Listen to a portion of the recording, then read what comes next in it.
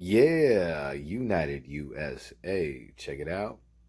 Way we get true 5G speeds, and that's that ultra high data speed. So you could download a movie, say in just a second or just a few seconds.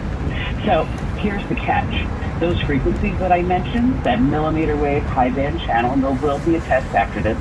Those frequencies are shared by the airlines in the airplanes in what's called a radio altimeter. And so if you're in a cockpit and you're piloting a plane, and that you'll hear like 500 feet, so as the plane is landing, and it counts down those last few feet before the plane actually touches ground. So that's why you have those super smooth landings, right? So you're not bumping down the runway.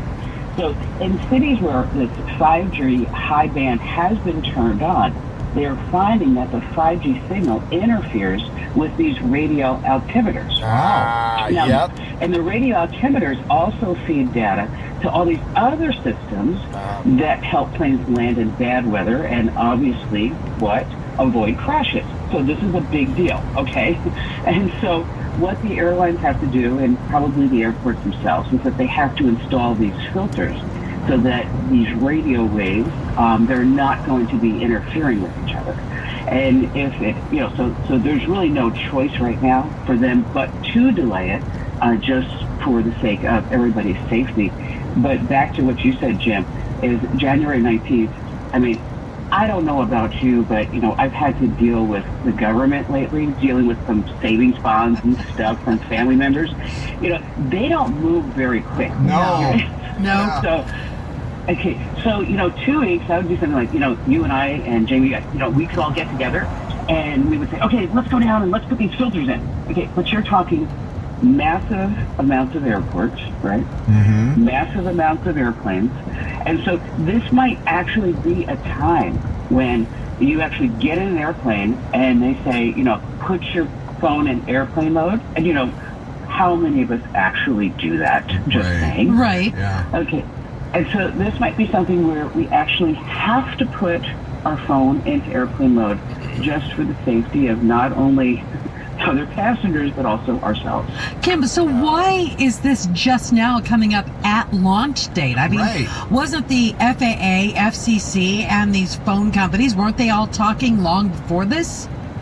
Yes, actually they were. If I go back and I was looking at some things that I wrote for USA Today and in preparation for us talking today, in November 14th, Sunday, I wrote a column about how this is like the 5G secret that no one's really talking about. That we have, that 5G operates on three bands, that's high, medium, and low. Now, the low band is what gets through buildings, and the high band is what we're talking about now. That's what brings the limitless bandwidth and tremendous speed. But that band is what airlines use, and that's where the problem comes.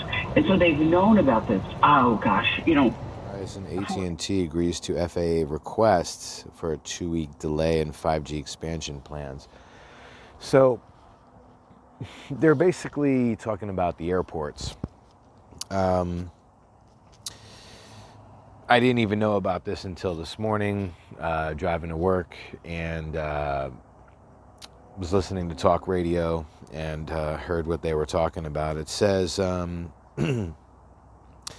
bowing to the pressure from the Federal Aviation Administration, aka the FAA, one of the alphabet agencies, the airline airwaves in which the carrier spent a combined $70 billion acquiring last year were poised to provide a big boost in their 5G speed and coverage. Instead, they will hold off after initially telling the FAA they would ignore the request. Yeah, right, like that's going to happen.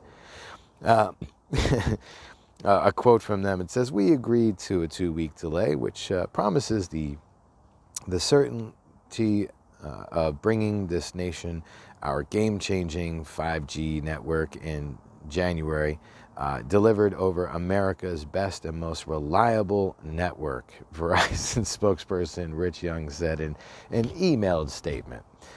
So politically correct. Yes, thank you very much, Mr. Richard Young. Yes. The secretary Buttigieg. I don't know how do you pronounce that guy's name? Buttigieg. Okay. Request. It says we have voluntarily agreed to one additional 2-week delay of our deployment of the C-band 5G services for AT&T, said in an emailed statement. It says we also remain committed to the 6-month protection zone mitigations we outlined in our letter, and says we know that we know aviation safety and 5G can coexist, and we are confident further collaboration and technical assessment will any issues. Dun dun dun. Yeah, all right. Anyway, so this is from cnet.com. I'll go ahead and post a link in the description. If you guys want to know more information about it, basically you can check out some other links as well. But I mean, this is pretty much cut and clear. There's a delay. They don't know if it's safe. FAA, government seems like they're doing their job, or maybe it's just because of liability purposes, so they don't want to seem like they don't want to make 5G look bad, but they're saying, oh, we need a delay, da-da-da-da-da. But in this case, it seems like the FAA is doing their job, which is very surprising to me, considering that the FCC rolled out 5G extremely fast, going back to 2016, 2017, when they first started putting up 5G towers in 2018